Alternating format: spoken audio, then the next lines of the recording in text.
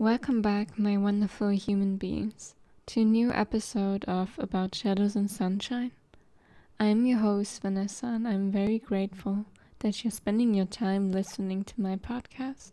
I also have short news for you guys, that I will be on vacation soon. And if I will figure out something healing or beautiful on vacation, I will definitely share it with you when I come back. But this episode is going to be very special. I originally wanted to talk about intrusive thoughts, but now I'm going to talk about something very strong that I just felt lately. And I will definitely be talking about intrusive thoughts too, because I know this topic is also highly requested by you. And I wanted to share a quote from an article with you angels. You feel too much because you were born to heal. You think too much because you were born to see through illusions. You pull away from the noise because you were meant to channel divine clarity. Sensitivity is the doorway to spiritual sight. But it's not sensitivity I want to talk about today. It's how my own healing journey had a huge impact on my life.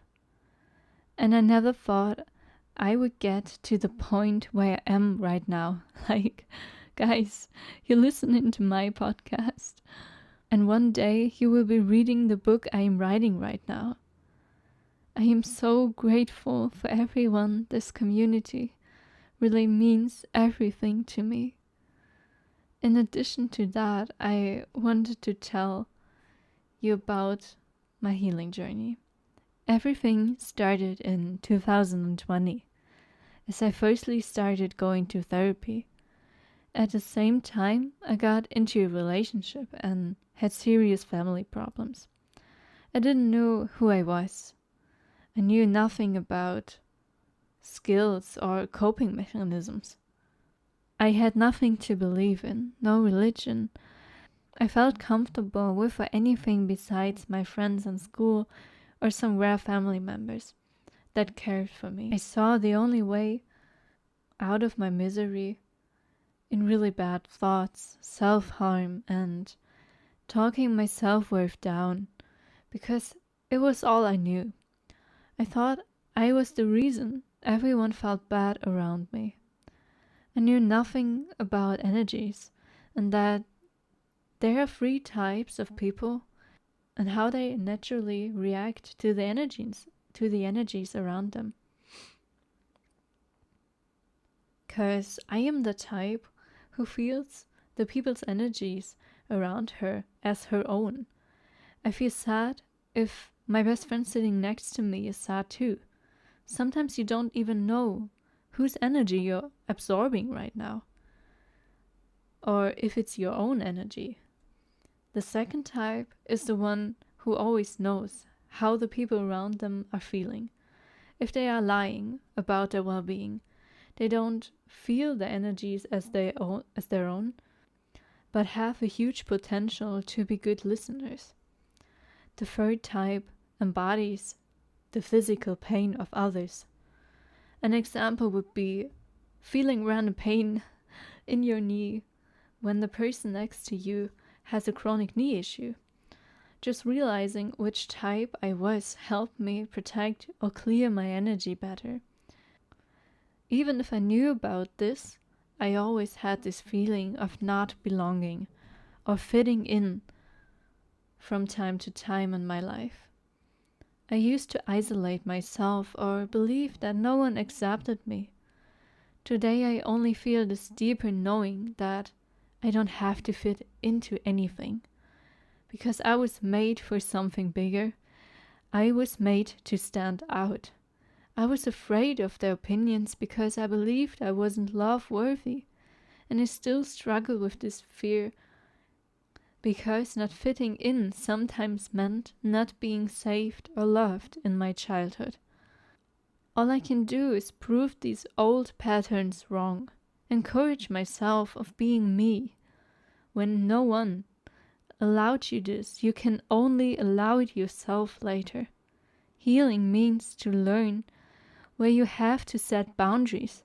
It means to notice the disrespect, abuse, or insulting behavior of others, to get sick of being treated this way. Make a decision for yourself. Choose yourself instead of pleasing them. Tell them what crosses your boundaries. Be really clear with them. Sometimes, even if you set those boundaries, people still do not accept it. I learned to cut these people out of my life. For myself. If you talk to a person 1,000 times about crossing the same boundary all over again, then it's your responsibility to protect yourself and walk away. I see that this can be difficult with family members, but you can always reach out to someone for help. And if you experience serious abuse at home, please call the responsible numbers for abuse, such as the nationwide support hotline. I will link the numbers in the show notes. Really consider calling, because abuse can lead to many serious mental issues. And I'm not talking about like the stereotype we have in our minds about abuse. Abuse can have many forms. The way I was abused was not physically, it was emotionally. And I think we aren't really able as kids to help ourselves with that. But with some types of abuse, there is help. And you can take the action to help yourself.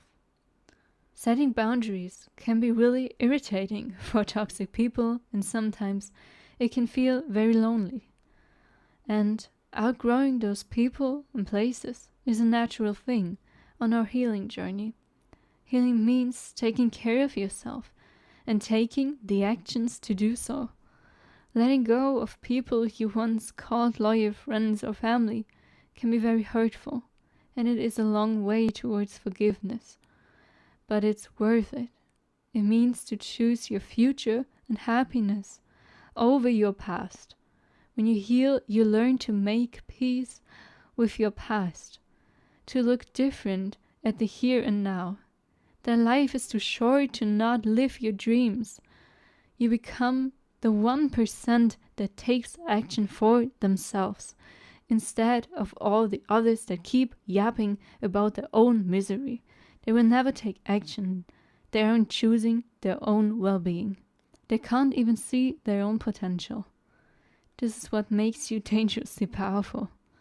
Healing yourself changes your mindset, your beliefs, the way you see yourself and life.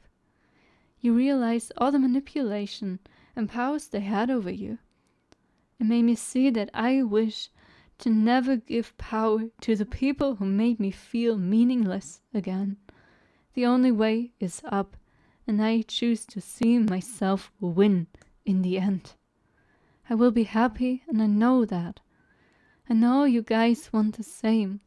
I am praying you will find yours and get out of toxic households. That you can live in peace and love, because I love you guys all so much. And I can't believe you all are loving the voice everyone called to silent. The voice that was never heard. The voice I refused to change because I loved it. I am so grateful that you support me on my healing journey, and I intend to do the same.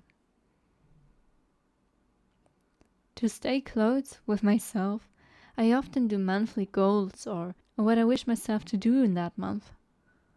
Like feeling my emotions, less screen time, or reading 20 books this year. You can write down 15 to 20 goals or less and decide what you can do to accomplish them on a daily basis. Taking care of myself means to notice when a situation is heavy, when you need a day to relax, or when to push yourself out of laziness. Also taking time to care for your body and hygiene. Buy a nice fragrance, or find a new aesthetic that you always wanted to wear. Something that really changed my relationship to myself was a healthy skincare routine. It made me feel closer to myself and gave me back a little feeling of control. 'cause I was responsible for the way I looked and felt in those clothes or makeup. For guys especially, I personally find it very important to also do skincare and take care of their looks. Not for somebody else, but for you. I want you to understand the importance of self-care. You are responsible for the way the house you live in looks. Same with your body and mind. If you feel motivated to start healing yourself and become a better version of yourself, you can ask, what does putting yourself first look like to you in real life and daily? Write the answer into your journal and try to start with one thing from the list. After years of feeling disconnected from my own self-worth, I feel like this year is really healing to me. And making more decisions for myself feels freeing, but brings a lot of work up. Realizing my own worth meant to stop seeking validation from others, what is still a topic I am working on. Because as kids, we need validation, attention, and support from our parents. This validation makes us feel safe and loved. The most of us, sadly, did not receive it. As adults, we tend to chase this validation and love through other relationships, or we use achievements or social media for validation. It's this never-ending question in your mind, like, do you love me now? Am I enough? And you keep waiting, but the validation you seek from them never comes. 'Cause, plot twist, these people don't even love themselves, or never learned how to show their emotions or control them. There are many reasons why somebody cannot show his love, or why they make you feel bad. How can we reparent ourselves at this point? Be present with your inner child. Listen to your own needs. Tell yourself what you need to hear as a kid. Gift yourself something for accomplishing things. Express how proud you are of yourself. Buy yourself flowers. Give yourself an extra break and feed your mind with positive affirmations. When you notice yourself waiting, be specific about what your inner child needs and give that to yourself. Your self-worth begins inside of you. Start seeing yourself as something whole. You are enough, and there was always love inside you. Stop waiting for their love. Decide to love and protect yourself. Even if it hurts to leave these people behind, it's a necessary act out of self-love. To be the one who wipes away your tears and the one who cheers the loudest for you. Be proud of yourself, 'cause who else will? Lately I've thought about why I won't give people so many chances anymore, and I came to the conclusion that I was tired of people emotionally abusing me, because that is what happened as I drew my boundaries with chalk. In addition to this, I am now going to tell you a listener story about abuse and real healing. I want to make a short trigger warning before I go to tell you this, because the whole episode honestly is about abuse as well, and so is this story. So please reconsider listening to this if you're sensitive to this topic. Let's dive right into the listener story. One day, back in grade school, around 7th grade, Sammy was living in the Philippines, where she had grown up all her life. There was the day everything changed. Her older sister Val, who was 19 at the time, sat her down and told her something no child is ever ready to hear. Their parents had passed away in a car accident. In the middle of shock and heartbreak, Sammy was told that she would be moving to the United States with Val and their other sister Sophia, who was 18. The idea was that in the US, she could have a better future, better opportunities, a better life. But how do you explain that to a grieving 7th grader? Sammy was devastated. She would have to leave behind everything, her home, her friends, her whole world as she knew it. She didn't fight it though. She pushed all those feelings deep down and simply agreed. What choice did she have? Once in the United States, things didn't fall into place as easy as promised. They moved to a rough part of Los Angeles, the kind of place where violence was always close by. And for nearly 2 years, Sammy didn't go to school. Instead, her sister Val, who was studying to become a teacher, homeschooled her and tried to keep things steady. It was around this time that Sammy met Jenna, the daughter of a neighbor whose family was also from the Philippines. Val thought it would be a great connection and even enrolled Sammy in the same high school as Jenna. But Jenna wasn't exactly a role model. Though only a year older, she lived fast, drinking, smoking, dressing provocatively, and always surrounded by boys. She pulled Sammy into that world. And Sammy, desperate to fit in and feel like she belonged, followed. On her first day of high school, Sammy was nervous, but Jenna reassured her and introduced her to a cycle. Quickly, Sammy became part of something, though the conversations were crude, sexualizing, the energy reckless, and the pressure constant. She was only in 9th grade. One night, Jenna and her friend Aria invited Sammy to a party. His sister Val disagreed. Her grades were slipping and Val hated the change she saw in her younger sister, especially in the way she dressed, wearing short tops and very short pants. She even said something like that she looked just like a slut. Angry and convinced her sister was just jealous, Sammy turned to Jenna, and with her help, Sammy snuck out to go to the party anyway. It was chaotic. The party was full of underage drinking, smoke in the air, and people she didn't know. Jenna and Aria left her alone to grab some drinks. That's when it happened. Sammy was just sitting alone on the sofa as a group of guys from her school cornered her. They made disturbing sexual comments about her outfit and body. One of them even went so far to slap her ass. And then they dragged her off into a room. What happened next was something no one should ever have to go through.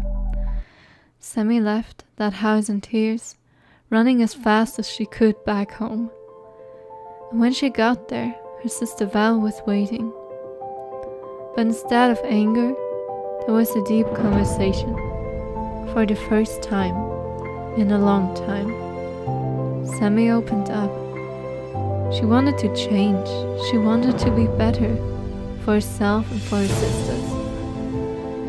She started dressing differently, softened her attitude, and slowly distanced herself from Jenna and her cycle. It was terrifying at first. She felt completely alone.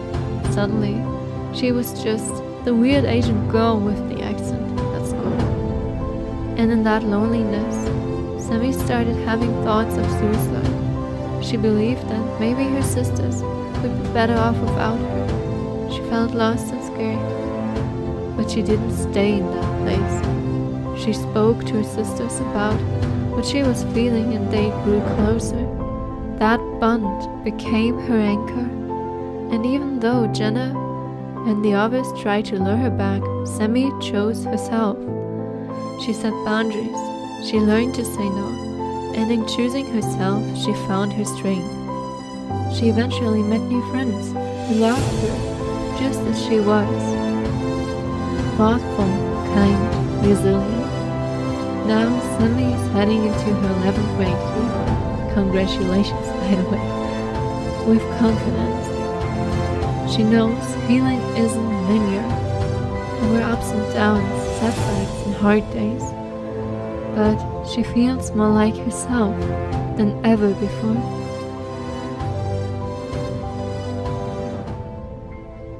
This was a story based on true events. I'd like to say that I am so proud of you, Sami, for opening up and for creating a room for women, and not only women, but for everyone who can relate to this topic. Greetings go out to you, Sami. I was so shocked as I first read through the story, but it really touched my heart, and I need to say that abuse doesn't depend on the clothes you are wearing. It's caused by the abuser. You could walk naked down the street, but the other person has to make their decision. Society often blames the victim for a crime they did not do. That makes them feel helpless and alone. But today, you are not alone. And I want you guys to be more aware no matter where you are, the city, or party, or a backyard. Never hesitate to call the police or to help someone who is defenseless. Take care of each other while partying. And if this aligns with your story too, you are not alone. Don't mute your voice. Be the person who speaks up for yourself and to make a change. Let us stop to be only bystanders but allies. Your story matters, and no matter what happened to you, you are not gross or disgusting. What happened to you was wrong. Don't let it define you. You are not broken or not worthy of love. You deserve love, safety, and protection. Just like Sami, you can choose yourself in the end. Give yourself the time you need. We are on this journey together. So thank you guys so much for listening. You find the numbers of the supporting helplines in the show notes. Please share this episode so that we can keep creating a safe space together. Thanks for opening your hearts to this. See you guys very soon in the next episode. Bye bye.